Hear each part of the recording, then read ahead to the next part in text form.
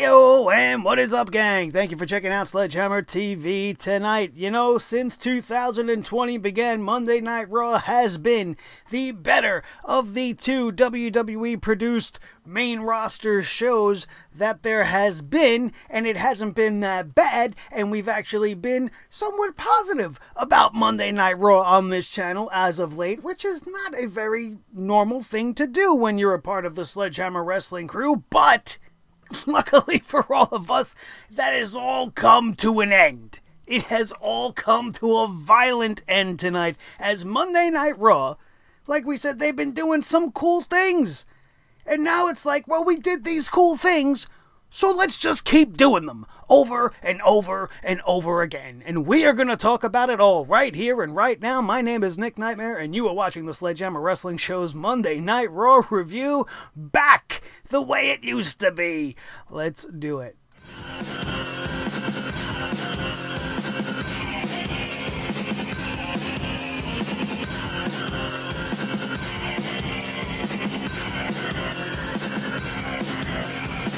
Sledgehammer Wrestling Show.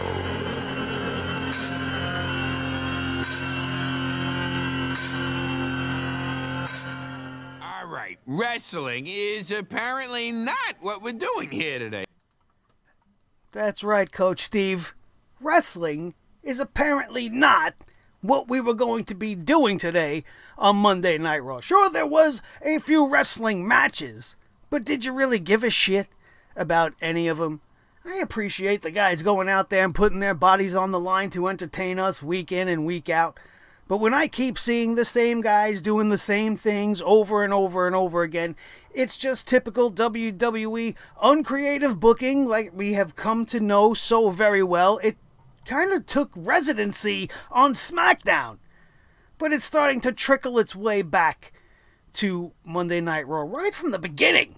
Right from the beginning of this show, when they wanted to pick up where they left off with the hottest thing going on Monday Night Raw right now, which is Randy Orton. And what did they do with Randy Orton? They did exactly what we did last week. Sure, it was about 3 times as long as last week's segment with Matt Hardy, where we all supposedly said goodbye to Matt Hardy. Matt Hardy went on social media and said goodbye to all of us. But Vince McMahon was like, oh no, Mr. Hardy, you are not getting out of here unscathed. You are going to be embarrassed like a monkey, and I am going to make you look like a weak piece of shit, because I'm Vince McMahon, and when my TV show's on the air, that's good shit. What was the point? Tell me what was the point. Was it good? Randy Orton's acting is fantastic. He's the most evil son of a bitch in all of professional wrestling. And when Randy Orton is doing heel Randy Orton things, and is being weird and creepy and cryptic and apologizing for doing what he did to Edge and apologizing for doing what he's doing to Matt Hardy while he's doing it tonight on Monday Night Raw, viciously attacking Matt Hardy's neck once again, even though Matt Hardy came out wearing a neck brace, suffering the effects from last week's attack. What was the point? What was the point? I was expecting logical progression here. I was expecting maybe Christian to come back. There's been rumors that Jeff Hardy is on the mend and is awaiting to be cleared to return. So I was expecting to continue down this road, not go back to Matt Hardy. For what? What is the purpose? The purpose is clear. You can't tell me they booked this for no other reason than to feed off of what has already happened last week, which was the most talked about part of Monday Night Raw last week. So they wanted to bump the rating by picking up kind of where they left off. But at the same time, they wanted to show Matt Hardy the door and kick him in the ass on his way out. And that's not fair. And you truly want me to sit here and believe that there is not one superstar in the back that gives a shit about Matt Hardy enough to get out there and try to help him? Security didn't get involved. They had 2 referees, 2, to try to quell the attack of the Viper. Kevin Owens doesn't give a shit about Matt Hardy. The Street Profits don't give a shit about Matt Hardy. The Viking Raider, Warrior Raider Raiders Matt Hardy's not an inspiration to them. Matt Hardy's not a locker room leader in the back. Matt Hardy's got no friends. I certainly am not going to believe that. This was just WWE agenda. Had it written all over it. And it honestly didn't make me enjoy it all that much. At the start, I thought it was good. When Randy Orton and Matt Hardy were going back and forth, pretty much saying what they said last week, I was intrigued. It was very captivating television. But the longer it went on, and the more violent he became with Matt Hardy, and the incident with the steps, and the continuation of it, just felt like overkill. 30 minutes. They turned a segment that took like 5 to 10 minutes last week and turned it into a 30-minute opening to give the middle finger to Matt Hardy. That's what it felt like. There was no godly reason for this man to be back. He said his goodbyes. He made his peace with the universe last week. Senseless. About as senseless as announcing 6 women for an Elimination Chamber matchup without any qualifying matches. And sure, people will come at you with the argument, well, there aren't enough women to have qualifying matches on these brands, which is true. There's only about 12 girls on each brand, which means you would have to have every girl involved in a matchup to qualify for an Elimination Chamber if they kept the Elimination Chamber specific to Monday Night Raw, which is what they seemingly have done, and I don't understand that.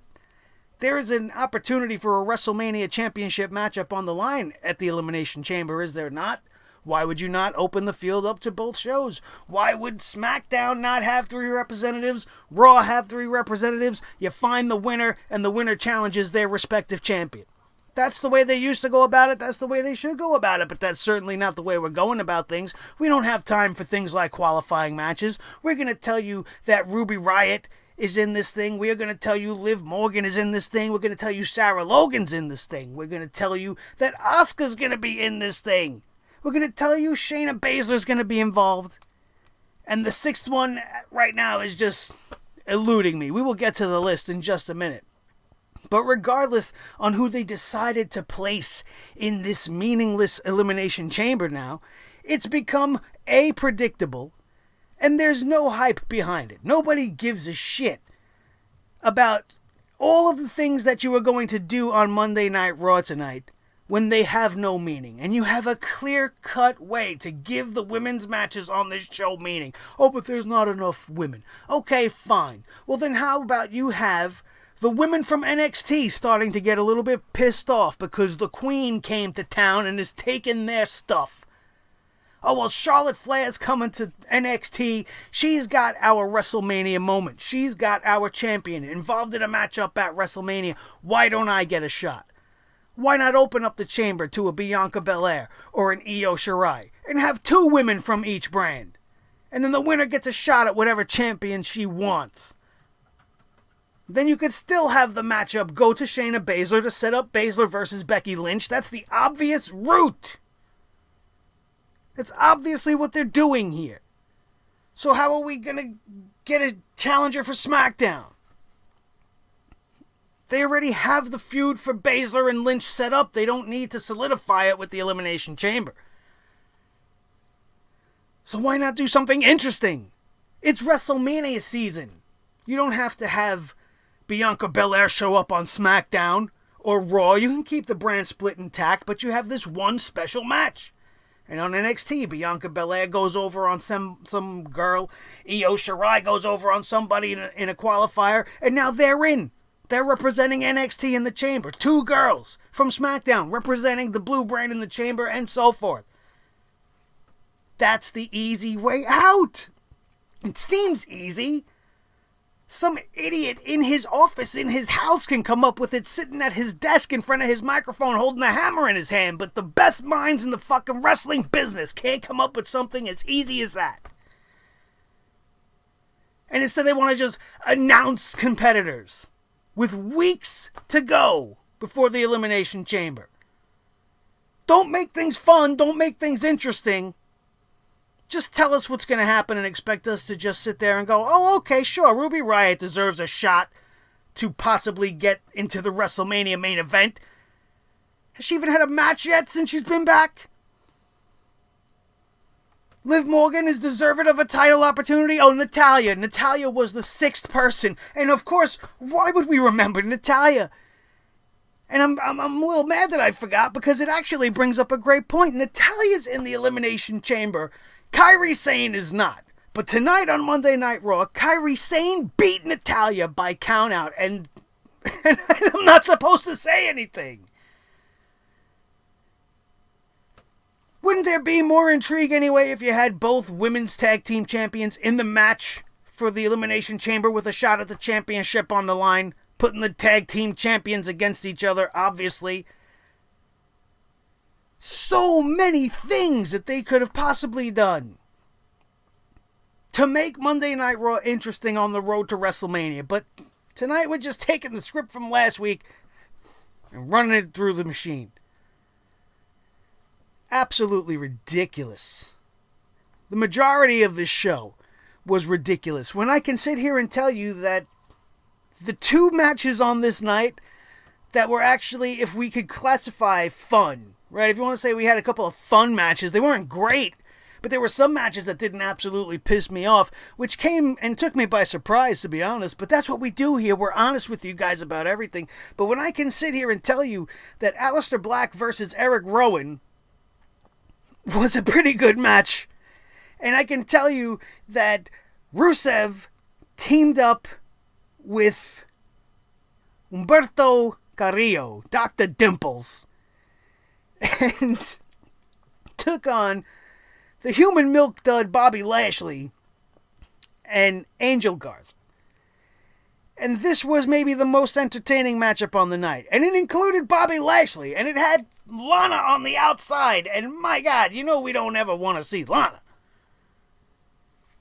But if I had to pinpoint the matches that really kind of held my attention and were kind of surprising, those were the ones. Literally everything else that happened on this show already happened. What are they doing with Seth Rollins and his clowns? The Monday Night Messiah. Buddy Murphy called him the Messiah, and he has never been more right in his life. It's perfect. I love it. I think I'm going to steal it, and I think we're going to use it. The Monday Night Messiah. And his disciples. Come out there, Seth Rollins going to give us a sermon. And then the idiot comes out there and he starts his sermon by saying, I didn't want to call this a sermon. Just like he wanted to tell us, well, I didn't want to team with the AOP. You made me. Tonight, I don't want to deliver a sermon, even though I'm coming out here week after week, claiming to be a messiah, really laying thick the religious overtones in every single fucking word that I'm saying. But I didn't want to call this a sermon. I just wanted to come out here and shoot the shit with you fans. You're an idiot. You should have came out and owned it. Yes, I called this sermon. This is the Monday Night Messiah, and the sermon is in, church is in session, bitches. Listen to my sermon. Then you could have had a little man in the corner playing an organ with a nice little tune, nice and low in the back. You could even had Murphy and the AOP just standing in the back with their hands up, put some drapery around, do more than just put his stupid new t-shirt logo on the giant jumbo Titantron that looks like shit now because it's awful. Do it! If you're going to call it something, make it be that something.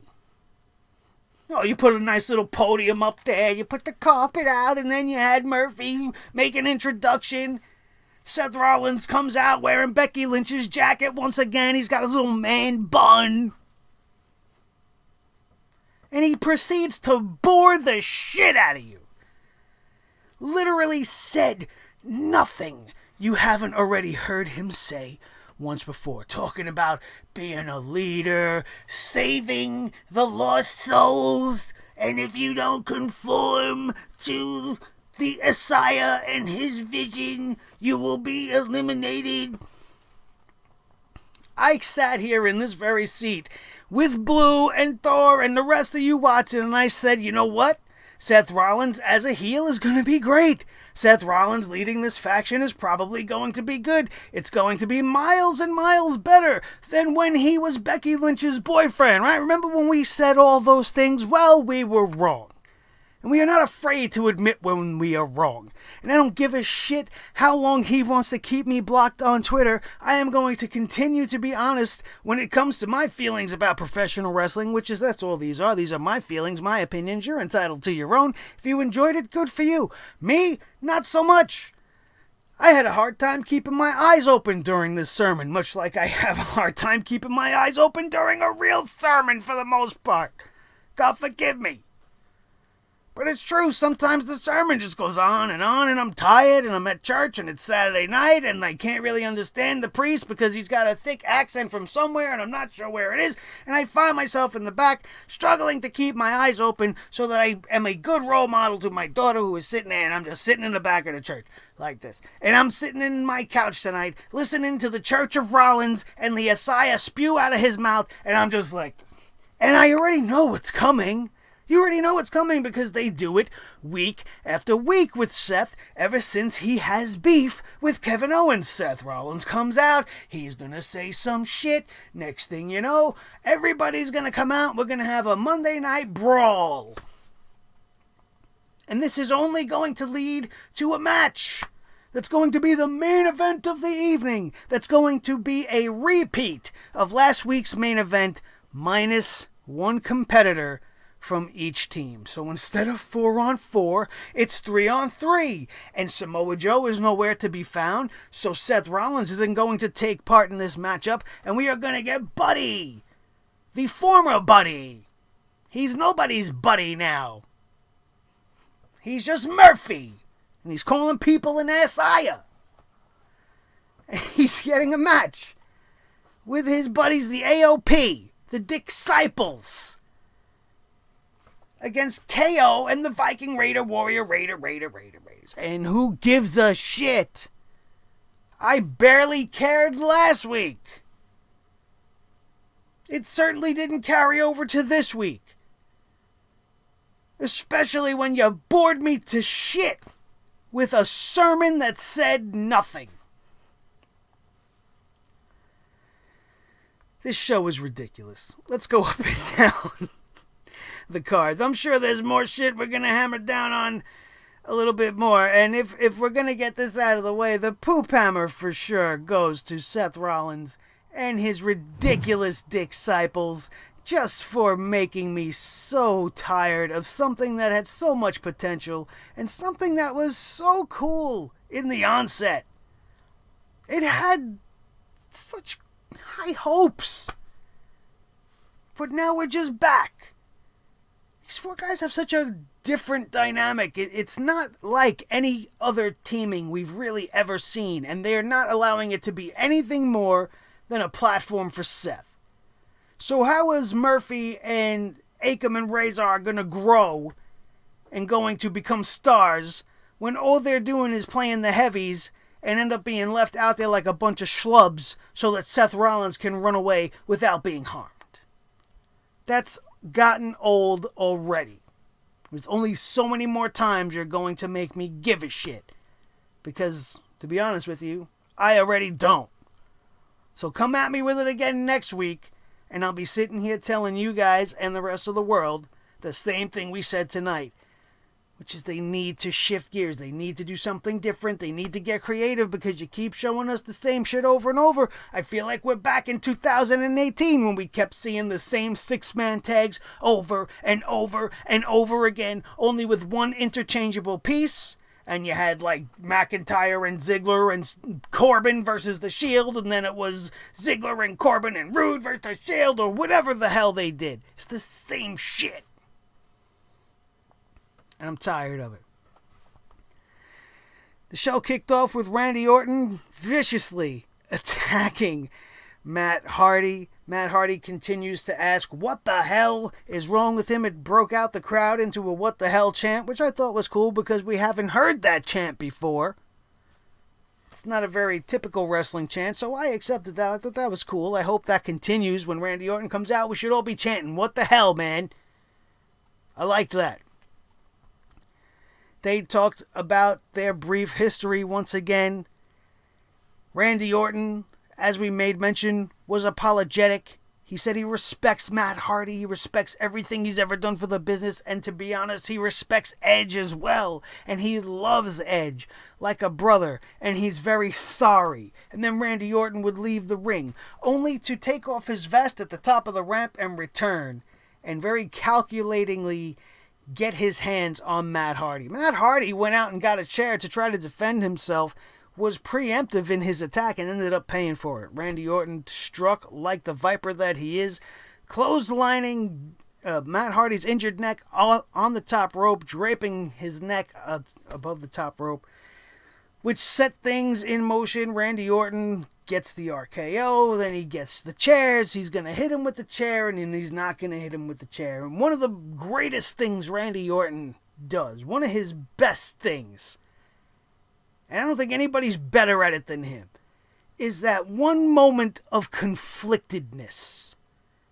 He snaps and he brings himself to this moment where he's about to do something so vicious and so heinous that nobody's going to want to see him do. And he stops himself, and he looks confused, and he looks troubled, and he looks like he doesn't want to do what he's about to do. And then he teases that he's not going to do it, only to come back and do something 10 times worse. And while he's doing that something 10 times worse, still looks like he's conflicted about doing it the entire time. That's masterful. That's masterful. 2 thumbs up to Randy Orton for his performance tonight. 2 thumbs down for them just repeating it on Matt Hardy once again.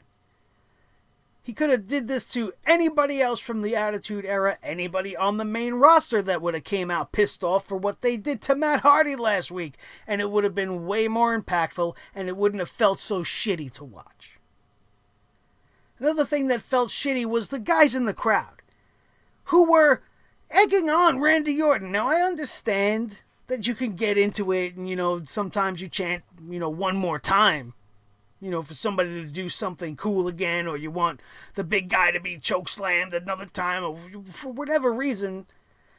But in this instance, there should be nobody cheering for Randy Orton. You should not be asking for him to hit Matt Hardy one more time. Which is why I think today's fans are just really the strangest fans ever. Back in the Attitude Era, I was a huge Triple H guy. Huge Undertaker guy. Everybody loved Austin and The Rock, but I gravitated more towards these 2 characters. But when The Undertaker kidnapped Stephanie McMahon and wanted to marry her and had her strapped to the Taker symbol and was going to suspend her from the ceiling or whatever he was going to do, I wasn't cheering for The Undertaker. I loved him. He was my favorite guy, but I was like, wow, that's fucked up. You don't do that. I was a huge Ric Flair 4 Horsemen fan. You've seen them do some really ridiculous things. The Horsemen were always trying to gain advantage. You didn't sit there and cheer it on. You booed it, because you're supposed to boo when the bad guys do bad things, right? That's what you're supposed to do. When Ric Flair broke Dusty Rhodes' arm, way back in the early 80s, were people happy about it? Everybody loved Ric Flair, styling, profiling, greatest heel of the decade at that point. But you don't cheer him when he does the dastardly stuff.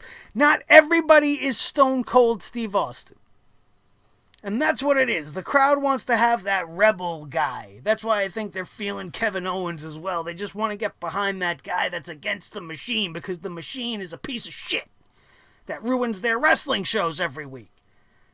But you can't have everybody be that guy. And the fans just, I don't know, I didn't get that. And it was a little off-putting to me. Like, why are they cheering this? And then Randy Orton would leave, and the whole entire crowd finally decides to boo. Well, if you're booing him now, why were you asking him to do it again? I don't get you guys sometimes. Especially the live audience.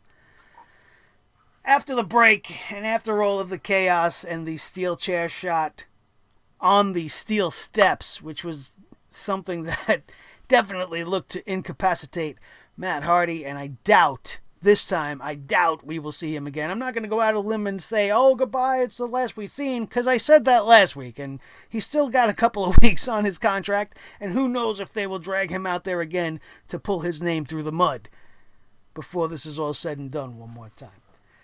Aleister Black defeated Eric Rowan in a match that went just a little bit short of 10 minutes, and it was a whole lot better than you could have ever expected. It managed to accomplish its two goals. It got a win for Aleister Black, continuing his momentum on his road to WrestleMania, wherever it may lie. And it had Eric Rowan suffer a defeat while still not looking like a complete schmuck. This match wasn't too long. It wasn't too short. Both guys got off a decent amount of offense, and it took 2 Black Mass kicks to fell the giant Rowan. If you were to have one criticism of this match, I guess maybe some of yous might be Eric Rowan fans. Maybe yous really want to know what's in the box, even though we still don't know what's in the box, and we'll probably never know what's in the box. And I actually don't want to know what's in the box, because whatever they pull out of that box is not going to meet my expectations, which as of right now are pretty much 0. So if you can't match 0, then you're already in trouble, and they'll never match that. But Eric Rowan has been being built as this unstoppable monster. He's been destroying jobbers left and right. He's having people bleed with his thing in the box. And now he's just losing to Aleister Black. A couple of weeks before the two of them are going to take place in this Tawaiic Cup thing with AJ Styles and Andrade and this gauntlet match that they are going to be a part of. So is this just practice for that? I'm sure it is. Was it worth all the weeks of build for Rowan just to have him lose to Aleister Black so unceremoniously on a setup show on a Monday Night Raw that was dreadful? I don't know. My stock in Eric Rowan is not that high. I'm not really that pissed off about it. I mean, somebody's got to win, somebody's got to lose. You can't always have everything end in disqualifications and countouts. So, you'd have to accept it. I think this is classic wrestling booking, in a way. Because both guys ended up coming out all right in the end. Didn't do much damage to Eric Rowan. Nobody really gives a shit anyway, so we'll just move on with it and go. I cared as much about Eric Rowan's career trajectory as I care about every single word that ever comes out of the mouth of the robot Charlotte Flair. She came out here on Monday Night Raw tonight and started to talk a bunch of shit about how Rhea Ripley has not scratched and clawed her way to the NXT Championship in the women's division, which is a flat-out lie. Then she wanted to claim that the NXT Championship that Rhea Ripley is holding is a belt that she put on the map, which, again, is a flat-out lie. Number 1, Paige was the very first women's champion for NXT. So if you want to make the argument that she was one of the first, no. One of don't mean shit. The first woman to hold the belt literally put the title on the map. Did they not? That's literally, figuratively, that title didn't mean jack shit until it was around the waist of Sasha Banks and that feud that she had with Bayley, which is what made the NXT women's division must-see stuff. That put the title on the map. Not an inconsequential run from Charlotte before she was even a Flair that nobody even remembers. What did she do as the champion? I don't barely remember. So saying all these things means she literally said nothing. She's just out there trying to boost her own ego going into this match that she's got for herself.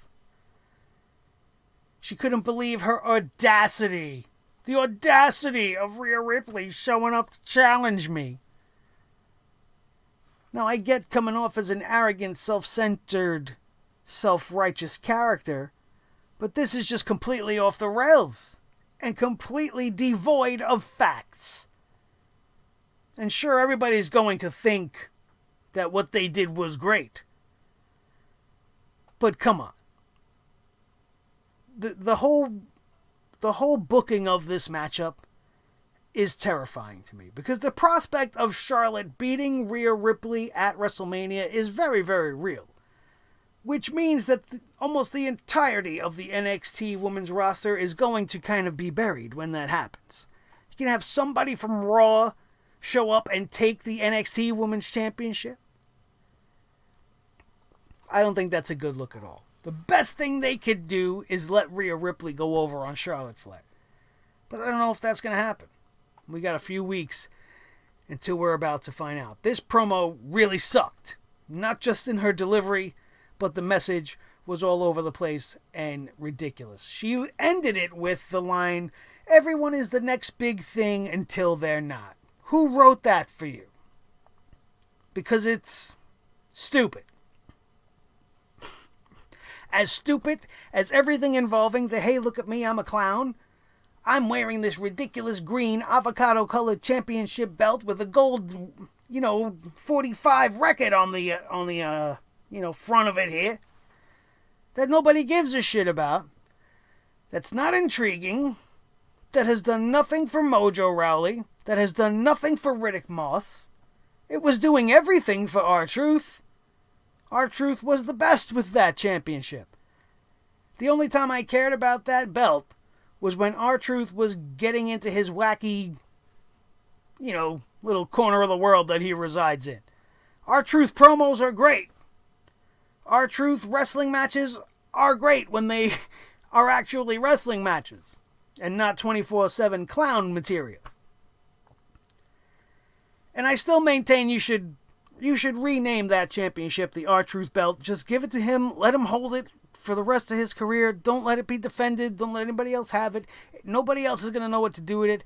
If anybody took that belt and ran with it, it was R-Truth. And anything they do with it right now is just, it doesn't matter. It's the most meaningless championship on the roster, and that's saying something. This is a roster full of meaningless titles. So who cares? A 2-minute matchup. Riddick Moss retains the 24/7 championship against his buddy Mojo the Bozo. And R-Truth. Who cares? Then they made the announcement for the Women's Elimination Chamber match. Natalya, Liv Morgan, Shayna Baszler, Asuka, Ruby Riott, and Sarah Logan. The entirety of the Riott Squad is in this match, and they are not even going to make mention of it. Ruby Riott's got a problem with Liv Morgan, but not Sarah Logan. I don't know what that's about. They're both going off on their own, but she's got a problem with Liv doing it. She don't care about what Sarah's doing, though. I guess, I don't know. Nobody cares. Maybe we'll see. Maybe we will see going forward. But who cares about this match? Why is it only Raw superstars? Is the SmackDown women going... Are we going to have 4 Elimination Chamber matches? 2 for the girls, 2 for the guys? Or is SmackDown getting the Elimination Chamber for the men and Raw's getting the Elimination Chamber for the women? I don't know. You don't really need an Elimination Chamber on Raw for the men, since that title is already set up. But it definitely gives it more intrigue if you mix it up. 3-3 or 2-2 from NXT. Seems simple, doesn't it? Drew McIntyre came out and said pretty much nothing. He wanted to point to the sign, but he had everybody point to the sign with him.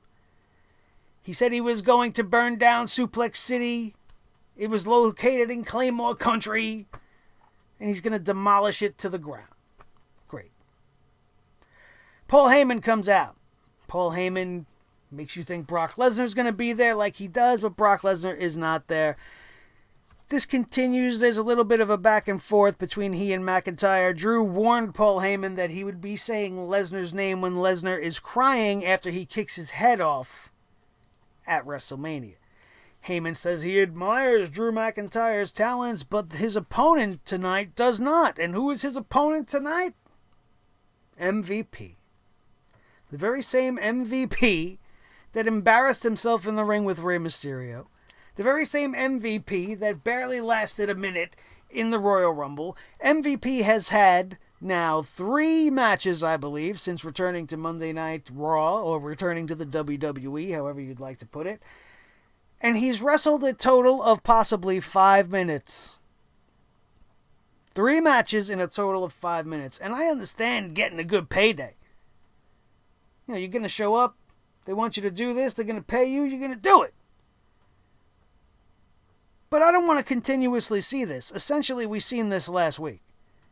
This was a repeat segment of the VIP lounge, minus the lounge, and adding Paul Heyman as the verbal antagonist instead of MVP. That's what we got. An exact repeat of last week. Paul Heyman said some shit. Then MVP got his head kicked off by a Claymore kick in barely any time at all. Less than a minute, I believe. Repeat from last week.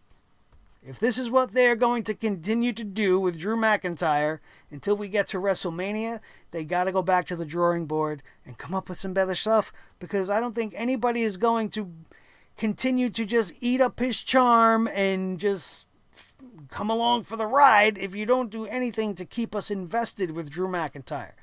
And constantly just going out there and kicking people's heads off is not going to do it. Find a way to get him over a little bit more. That's your job. Sure, he's over, but get him WrestleMania over. Is he as over as Kofi was last year at this point? I don't think so. Is he as over as Daniel Bryan? Nobody will ever be over as Daniel Bryan was for WrestleMania 30. But that should be the goal. To get him there. Becky Lynch came out and needed to address the biting situation from last week, which I'm still not a fan of, and I don't care how you try to defend it to me. I had some guy go, oh, well, what about Freddie Blassie? What about Freddie Blassie? Freddie Blassie was known for biting people. He did it from day one. It was part of his gig. This is not part of Shayna Baszler's packaging. This is not something she's never done before. So don't come at me with stupid nonsense, because I'll shut you down every time. They had to show everything. They aired a recap package from everything that happened. Becky Lynch came out and did some stupid thing with a bag of money. She says, how did she word this? She says she has no use for fame. She's got fortune and fame. She's got no use for fame. But she figured out what to do with her fortune. And then she opens this duffel bag like Bobby Heenan and starts throwing $100 bills all over the floor. Nobody cared. Nobody, went to go get any money or anything. You're not allowed to jump the barricade. But, throw the money to the crowd. Have some balls. Throw a few hundred back to the fans. Throwing it down on the ground, says she was paying her fine up front to the WWE for what she's going to do to Baszler. She's preemptively paying a fine she has no idea the amount of, but whatever. She would go on to say that animals only go for the neck, and that is only a way to weaken their prey before they try to finish him. But do I look like prey to you? Actually, Miss Lynch, right now, yes, you do look like prey to Shayna Baszler. You have a golden championship around your waist that she wants, which means you are the prey and she is the hunter. You should know this because you were once the very same. So making her say things like this makes her look stupid. Her promos are borderline at best anyway. But when you make her say silly things, it makes it infinitely worse. She wanted to talk about all the women she defended the title against. She talked about Ronda Rousey, Shayna Baszler's good friend. Becky Lynch said she was coming after Shayna Baszler next. Shayna came on the big screen. Because, you don't want to have a face-to-face or anything. You don't want to ramp up the intensity. You don't want to do anything interesting. We're going to just cut to Shayna Baszler, who's cozy in the back somewhere or live from Full Sail or wherever the hell she's hiding. Baszler said the chamber match was in a cage, and she came up from cage fighting. Everything was lined up for her to win and face Becky Lynch at WrestleMania. She said she was going to chew through everyone, and she didn't actually plan on biting her last week, but it just kind of happened. But she is going to tear the shit out of her. I've never heard this phrase. I'm going to tear the shit out of you. What? I mean, that's a new one. I'm going to tear the shit out of you. I'm going to reach right up your ass, and I'm going to tear the shit right out. I never heard of these things before. I don't know if that was a flub. Maybe she wasn't supposed to say that. Maybe she was supposed to say beat the shit out of you or tear your heart out. I don't know. She messed it up, or if that's how they wrote it. Either way, it was crazy. And then Becky Lynch is like, oh, well, good luck at the Elimination Chamber. I'm rooting for you. See, now all of this makes you see that it's unnecessary. It's unnecessary. Shayna Baszler came out and attacked the champion. The champion always gets what she wants. She just went through this whole campaign where she wanted Asuka. She needed to get her win versus Asuka, and she was going to hold her contract hostage and all this shit. She was going to manipulate the WWE until she got what she wanted. Don't you think she would implement that same strategy if somebody bit her in the fucking neck? But no, now we got to give up the Elimination Chamber and make it the most predictable Elimination Chamber match ever, especially given this promo. You've pretty much all but guaranteed Shayna Baszler is going to win this thing, so Asuka's in there for no reason. Well, Natalya's in there for no reason, we know that anyway. Because I don't know why. Just to always have that one veteran in there, maybe, to keep control of a crazy match like that? What other reason is Natalya in there? Kairi Sane's not in this match. Io Shirai's not in this match. Bianca Belair's not in this match. You have no reason to believe Shayna Baszler's not going to win. They might as well have just given her the match. And let this match decide the woman who's going to face Bayley on SmackDown. Because they still don't know what they're doing there. We got Carmella wrestling for the championship one week, and now we got Naomi kind of on the path, but we don't know if they're really going to go that way to WrestleMania with her. Absolutely ridiculous. There was an interview with Lana, Bobby Lashley, Zelina Vega, and Angel Garza in the back that I completely tuned out for. I didn't care what Lana had to say. I didn't care about Angel Garza talking about how sexy he is and how people want him. Wasn't interesting to me. Bobby Lashley and Angel Garza defeated Rusev and Humberto Carrillo in about 10 minutes. Like I said, this was a pretty decent match. I liked the chemistry between Garza and Rusev. And I think that the sooner they get to doing things like that, the better off Monday Night Raw will be. I don't understand why Rusev would come back after being away for over a month after having defeated Bobby Lashley and putting this whole thing to rest to be in another match with Bobby Lashley again. Now, granted, this is a tag match and he's got his partner, Dr. Dimples.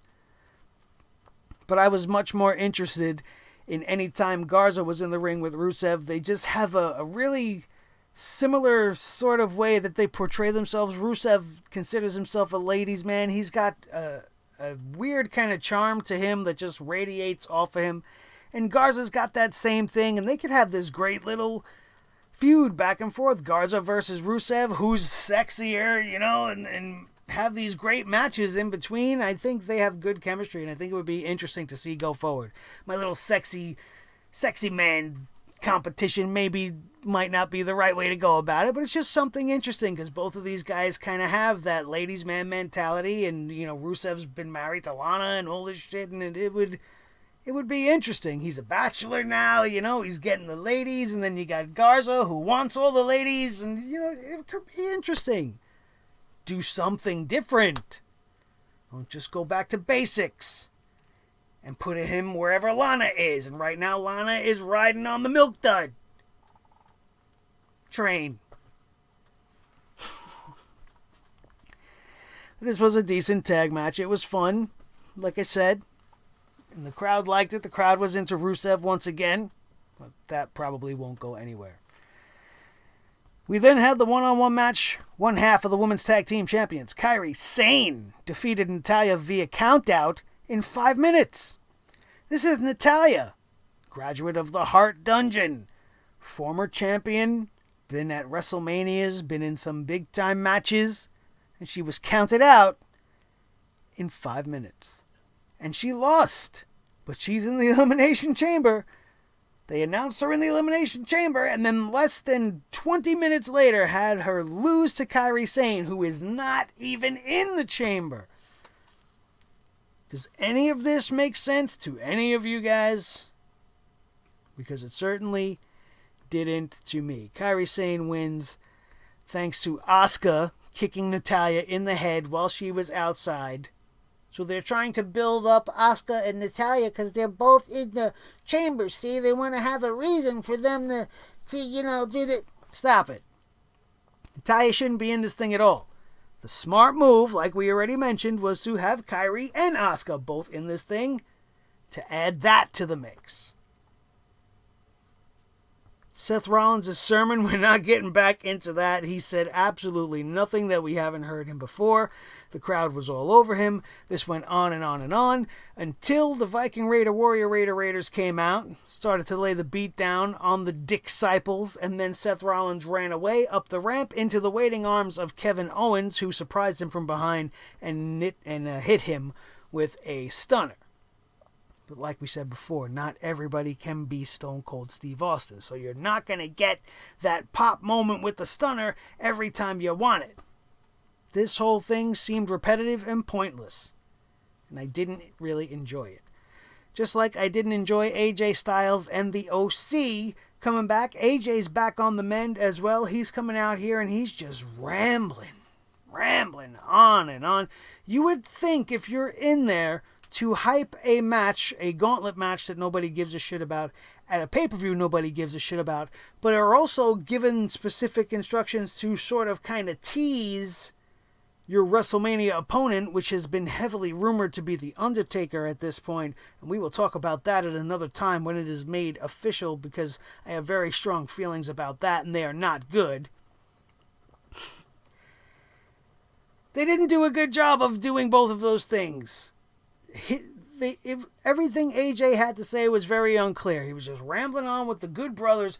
If AJ went out there, had control of that promo from start to finish, talked about being phenomenal, talked about people not believing how he is as phenomenal as he says he is, and that he's greater than all of these other superstars of the past, giving you a laundry list of legends that you could fill in the blanks. Oh, is it going to be Shawn Michaels? Is it going to be The Undertaker? Is it going to be this one, that one?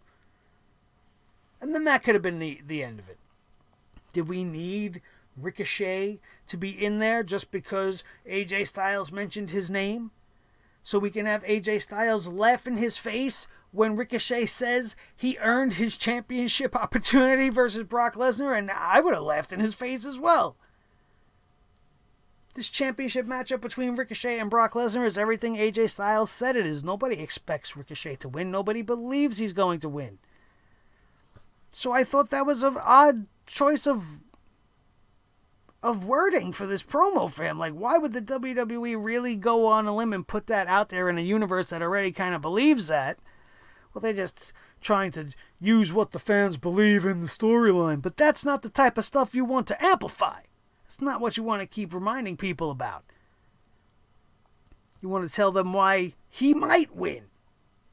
And giving him a matchup with Carl Anderson tonight is not proving to me that he could beat Brock Lesnar. The match he had with Bobby Lashley, sure.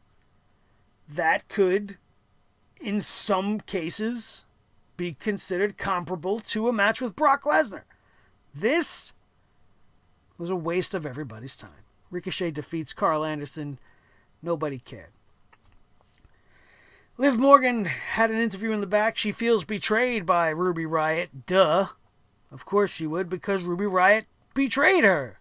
So why wouldn't she feel that way? She said that would have broken the old Liv Morgan, but she wasn't a puppy on a leash, and Riot thought that she was. Morgan then goes on to say she's going to eliminate Ruby from the chamber and earn a title match at WrestleMania. No, you're not. No, you're not.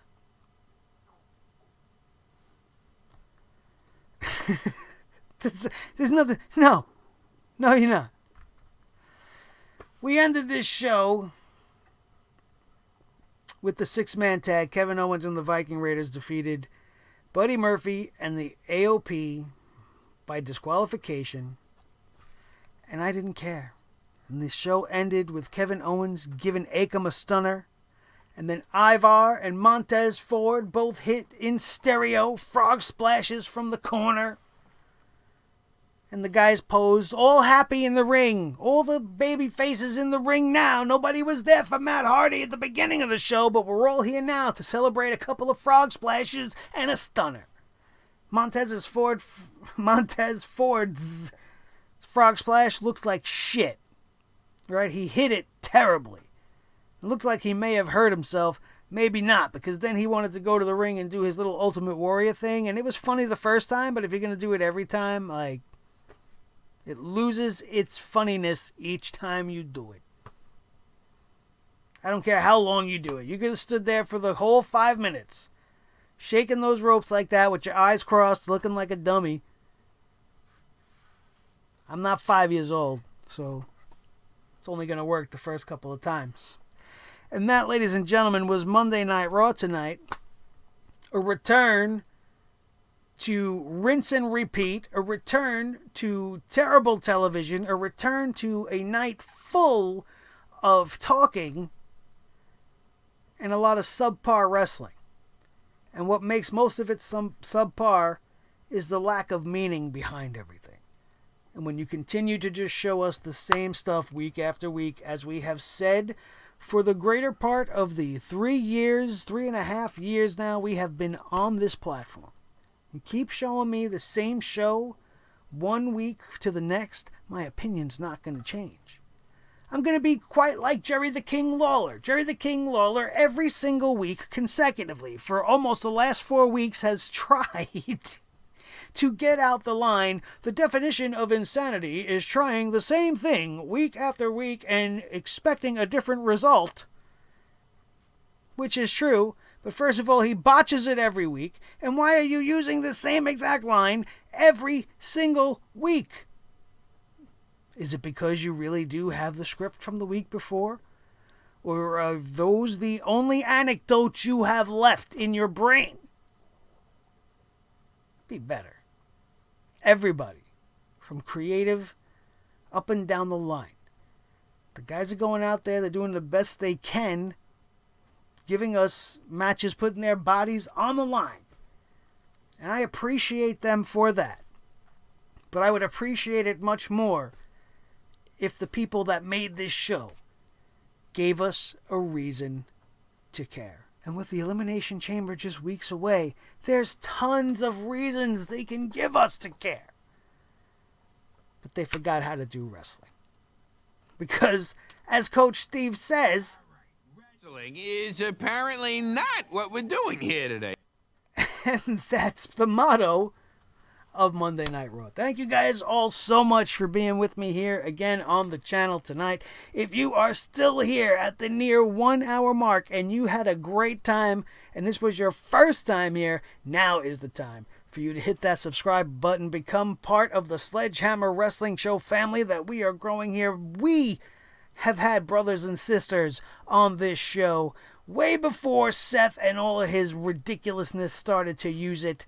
So, my brothers and sisters, make sure you're a member of the coolest, newest faction in all of the YouTube wrestling community as we continue to rise one show at a time. If you had a good time here tonight, if I made you laugh, if I made you cry, if I made you understand why this episode of Monday Night Raw, it was a steaming pile of donkey dung, then hit that like button right now. Show me your thumbs up and show me how much you liked the show. And then share this video with each and every one of your wrestling buddies all over the wrestling world, especially if they need to know just how bad this show was. If you missed anything on the channel this weekend, and there is tons, we covered the NXT TakeOver Portland, which was the first damn near perfect show of 2020 and is going to be hard for any other show to top, guaranteed. You want my thoughts and reviews on that and why Johnny Gargano going heel on Tommaso Ciampa may not really be the best thing in the world? You can go check out that review right now, as well as the SmackDown Live review, AEW Dynamite review, and everything else your wrestling heart desires as we bring the hammer down equally on all forms of professional wrestling. My name is Nick Nightmare. This is the team. Thor the Sledgehammer, the official Sledgehammer of the Sledgehammer Wrestling Show. His tag team partner, the World Heavyweight Champion of all the microphones in all the world, Mr. Blue the Snowball, the most important member of the team as always, each and every one of you. That, my friends, is going to do it, and we're right here. And we will see you next time right here on your new favorite wrestling show, the Sledgehammer Wrestling Show, only on Sledgehammer TV, right here on YouTube.com. Click.